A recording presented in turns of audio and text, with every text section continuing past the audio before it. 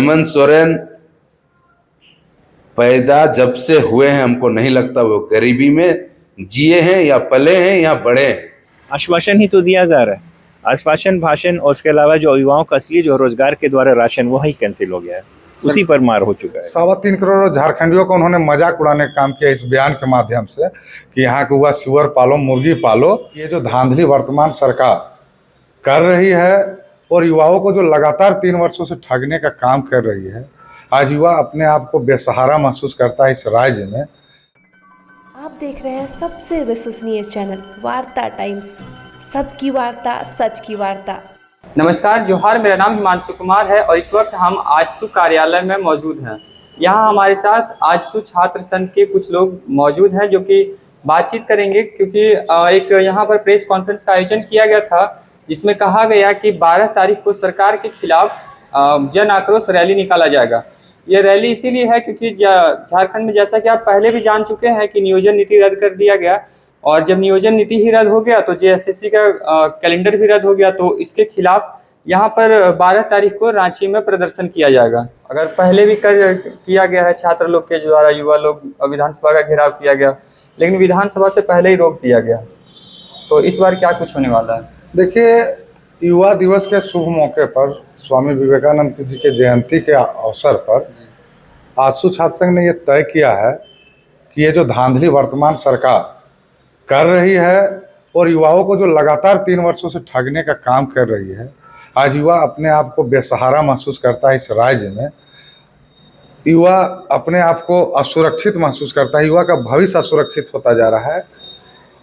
उन चीज़ों से सरकार को अवगत कराने के लिए सरकार जो कुंभकर्णी नींद में सोई हुई है, उस कुंभकर्णी नींद से जगाने के लिए, युवाओं से जो उन्होंने वादा किया था उन वादाओं को याद दिलाने के लिए आजसू छात्र संघ ने यह तय किया है कि युवा आक्रोश मार्च आजसू छात्र संघ का बैनर तले हम लोग करेंगे, जिसमें पूरे झारखंड के आजसू छात्र संघ के हजारों हजार युवा जुटेंगे और इस सरकार को हम लोग घेरने का काम इस यात्रा के माध्यम से करेंगे। आपका कहना बिल्कुल सही है, लेकिन सरकार तो कहती है कि हम तो कोरोना से लड़ रहे थे। कोरोना केवल झारखंड में ही थी ऐसी बात नहीं है, कोरोना यूपी में भी था, कोरोना महाराष्ट्र में भी था, लेकिन जो हालात झारखंड का बनते जा रहा है, जो झारखंड एक अमीर राज्य के नाम से जाना जाता है, यहाँ पर इतनी हम लोग को सुविधा, प्राकृतिक जो संपदा प्रकृति ने दिया है, उसके बावजूद अगर ये सरकार कहती कि हम कोरोना से लड़ रहे थे और उस कारण हम युवाओं को रोजगार नहीं दे पाए, तो ये सरकार के लिए बहुत ही शर्मनाक बयान है और बहुत ही भयावह स्थिति है जो झारखंड में उत्पन्न होते जा रही है। और धीरे धीरे युवाओं का एक फौज बढ़ता जा रहा है, जो बेरोजगार युवा हैं, जिनके सपने टूट रहे हैं, जिनका भविष्य बिखर रहा है, वैसे युवाओं का एक बहुत बड़ा फौज झारखंड में तैयार होते जा रही है, जो इस सरकार को एक दिन उखाड़ फेंकने का भी काम करेगी। मैं बताना चाहूँगा कि एक कॉन्फ्रेंस में हेमंत सोरेन जी खुद कहे थे कि झारखंड राज्य जो है वो सबसे अमीर राज्य है, लेकिन यहाँ के लोग गरीब हैं, तो उस पर उनको बहुत दुख होता है। उनको अगर दुख होता तो झारखंड के मुख्यमंत्री हैं, अगर उनको दुख होता तो वो अग्रसर होते, वो कोशिश करते झारखंड के युवाओं को हाथ में रोजगार देने का, झारखंडियों के भविष्य सुधारने का। जो आज युवा दर दर भटक रहा है, एमए, बीए, बीटेक, एमटेक करके झालमुढ़ी और चाय बेचने पे विवश है, इस और उनका कदम होता, झारखंड को प्रगति को ले जाने का वो प्रयास करते, झारखंड के युवाओं को हाथ में रोजगार देने का काम करते, ना कि बार बार जेपीएससी, एसएससी जैसे एग्जामों को भ्रष्टाचार के आग में झोंक के यहाँ के लाखों लाख युवाओं को भविष्य को बर्बाद करने का कार्य वो नहीं करते। इसलिए उनका जो ये बयान है बहुत ही शर्मनाक और बहुत ही झारखंड के विकास के विरोधी बयान है उनका, इस पर उनको शर्म आनी चाहिए। 3.25 करोड़ झारखंडियों को उन्होंने मजाक उड़ाने का काम किया इस बयान के माध्यम से कि यहाँ के हुआ सुअर पालो, मुर्गी पालो, जबकि आप देखेंगे कि वो खुद सीएम है और उनका भाई जो बेरोजगार था, तो बसंत सोरेन जी विधायक बनेंगे और हमारे जैसे युवा जो पढ़ लिख के वो सुअर पालेंगे, बकरी पालेंगे, और उनके बाबूजी जो अब सही से सुन भी नहीं पाते हैं, उनको वो राज्यसभा में रोजगार देंगे, अपने भाई को विधानसभा में रोजगार देंगे, और 3.25 करोड़ की जो जनता है, 3.25 करोड़ का जो युवा है, वो युवाओं के हाथ में कटोरा थमाने का काम करेंगे। तो इससे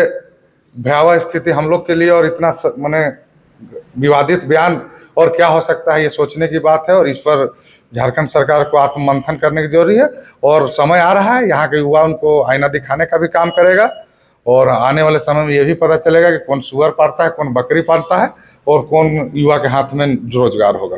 जी, आपका बहुत बहुत धन्यवाद। एक सवाल लेकर हम आपके पास आ रहे हैं कि क्या लगता है कि 12 को आप लोग इस जन आक्रोश रैली निकाल रहे हैं, अगर हम पिछले 28 दिसंबर की बात करें, जब 2022 में 28 दिसंबर को सीएम आवास में ही मुख्यमंत्री हेमंत सोरेन जी एक प्रेस कॉन्फ्रेंस का आयोजन किए थे, जिसमें उन्होंने कहा कि मैगजीन में जो है सो गोली भरा हुआ है, बस ट्रिगर दबना बाकी है कि युवा सब लोग को रोजगार जो है सो तुरंत मिलेगा, एकदम धड़ धड़ धड़ धड़ करके मिलेगा।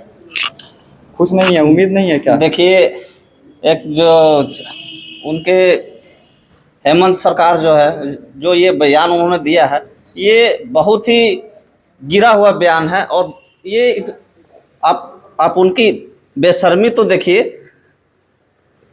चुनाव से पहले ही उन्होंने अपनी सरकार में कहा था कि युवाओं को रोजगार देंगे और जिनको रोजगार नहीं दे सकेंगे उनको बेरोजगारी भत्ता देंगे।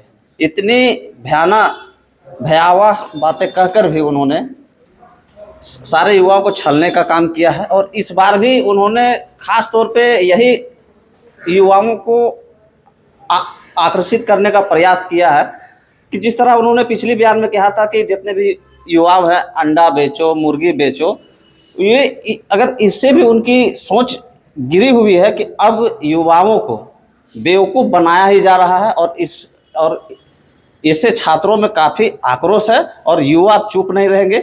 और हम लोगों ने आह्वान कर दिया है 12 जनवरी को युवा दिवस के शुभ अवसर पर हजारों की संख्या में शामिल होकर सरकार को जगाने का काम करेंगे और उनके नीति और सिद्धांतों को बताने का प्रयास करेंगे। अच्छा, एक सवाल आपसे है कि क्या लगता है कि युवा जो है सो अपने हक के लिए आएंगे रांची यहाँ पर प्रदर्शन करने के लिए? देखिए, जब कोई शोषित पीड़ित होता है, लाचार स्थिति है यहाँ का युवा, माता पिता का सपना होता है कि मेरा बेटा बड़ा होगा, वो मजदूरी करके पढ़ाते हैं, उनकी माँ बर्तन मांज के पढ़ाती है, किसी का पिताजी किसान है, वो अपने धान बेच के पढ़ाता है, मेरा बेटा जाएगा, अच्छा कॉलेज में एडमिशन होगा, पढ़ेगा, रोजगार होगा तो मेरे घर की स्थिति सुधरेगी। लेकिन ये सरकार है, क्योंकि देखिए वे सोने की चम्मच में लेके जो पैदा होते हैं उनको गरीबों का दुख और दर्द नहीं पता होगा। ये गरीब ही गरीब का दर्द जान सकता है। हेमंत सोरेन पैदा जब से हुए हैं, हमको नहीं लगता वो गरीबी में जिए हैं या पले हैं या बड़े हैं। उनके घर में सारे लोग को रोजगार है। उनकी भाभी विधायक है, वो खुद विधायक हैं, मुख्यमंत्री हैं, उनके पापा जो दिसुम गुरु शिबू सोरेन वो राज्यसभा सांसद है, उनका भाई वो विधायक हैं।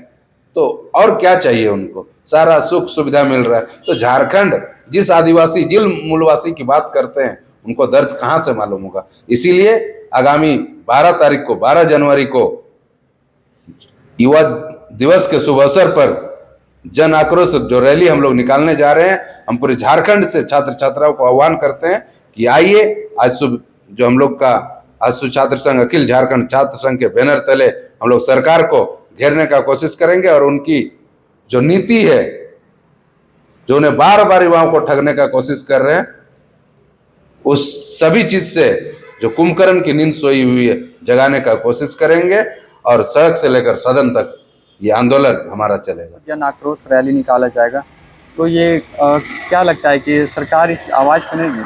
बिल्कुल, और नहीं सुनेंगे तो फिर हम आगे का देखते हैं। आगे हम लोग बैठेंगे सारे पार्टीगण, फिर उसके बाद निर्णय लेंगे कि क्या कर सकते हैं। लेकिन अगर इसके बाद भी ना सुधरे तो फिर देखा जाएगा कि क्या कॉन्स्टिट्यूशनल तरीका हो सकता है और किस तरीके से हम इसको प्रदर्शन करेंगे, उसकी रूपरेखा हम तैयार करेंगे। युवाओं ने विधानसभा का घेराव करने का प्रयास किया था, हालांकि रोक दिया गया और वहां उन्हें आश्वासन दिया गया कि हम आपकी सुनेंगे। आश्वासन ही तो दिया जा रहा है, आश्वासन, भाषण, और उसके अलावा जो युवाओं का असली जो रोजगार के द्वारा राशन वो ही कैंसिल हो गया है, उसी पर मार हो चुका है। सरकार तो कह रही है कि पिछले 3 साल से हम लोग कोरोना से लड़ रहे थे, अब जो है सो कोरोना महामारी से हम लोग लड़ लिए, तो अब युवाओं के लिए ये आप जो नियोजन नीति बैठ के बना रहे हैं, क्या उसमें बढ़ाने समय कोई कोरोना आता है क्या? उसमें तो कहते हैं कि विपक्ष का खेल है। इसमें विपक्ष आप पेश करते हैं उसको विधानसभा में और वो फेल हो जाता है हाईकोर्ट में, उसमें हमारा खेल कैसे है? अगर कॉन्स्टिट्यूशन होता तो फेल कैसे होता? अनकॉन्स्टिट्यूशनल है, उसके प्रोविजंस ऐसे है कि जो झारखंडी जो हैं, जो यहाँ होने के बावजूद अगर बाहर से मैट्रिक कर लिए हैं और हैं झारखंड के, तो उनको आप वंचित कर दे रहे हैं। साथ में आप हिंदी को रिप्लेस, बहुत सारे उसमें और भी हैं लोगों का। अगर इस तरह का मुद्दा उठाया तो अभी रिम्स में भी हाल फिलहाल में एक है कि टेक्नीशियन का जॉब आया जिसमें उन्होंने कहा गया है कि 500 बेड वाले अस्पताल में एक्सपीरियंस जो किए हुए हैं वही भर सकते हैं, जबकि झारखंड में 500 बेड के कोई अस्पताल नहीं, एक PMCH है बिल्कुल, और एक तो बस आपका यही सब धनबाद में और भी जमशेदपुर में और आपका रिम्स पता है। नहीं ये किस तरीके से इस पर मंथन करते हैं, किन विशेषज्ञों को टीम में लेते हैं। इसीलिए तो हम चाह रहे हैं कि ऐसे विशेषज्ञों का दल नीति बनाए जिससे यह मामला लटके ही ना। हमारी नीति अगर साफ होगी, अगर अच्छा होमवर्क करके जाएंगे, अच्छा अगर यहाँ गवर्नेंस होगा, अच्छे IAS ऑफिसर्स को हम इन्वॉल्व करके उसकी नीतियों को बनाएंगे, अच्छे मतलब प्लानर्स को बैठाएंगे, शिक्षाविदों को बैठाएंगे, तो ये मामला नहीं होने वाला। लेकिन ये पता नहीं है आखिर मामला क्या है, तो वही हम जानना चाह रहे हैं, रूबरू होना चाह रहे हैं कि आप चाहते क्या हैं। अच्छा, इस रैली के लिए युवाओं के लिए क्या कुछ संदेश देना चाहते हैं? युवाओं के लिए संदेश है, उठो जागो और तब तक ना रुको जब तक लक्ष्य की प्राप्ति ना हो। जो विवेकानंद ने कहा है वही हमारा संदेश है। जी, आपका बहुत बहुत धन्यवाद। आपकी जो एक और कहेंगे, आपकी जो उम्र होती है 18 और 28, ये 10 साल जो है ना आपके जीवन में सबसे ज़्यादा रफ्तार से गुजरता है। अगर ये गया तो फिर आप जिंदगी से हाथ धो बैठे। इसलिए बड़ा उठो जाओ और जागने का ही ये वक्त है। मैं डॉक्टर विनय भरत, केंद्रीय प्रवक्ता आसू पार्टी, साथ ही आसू छात्र संघ का जो प्रभारी हूँ मैं। wartatimes.co.in सबकी वार्ता, सच की वार्ता।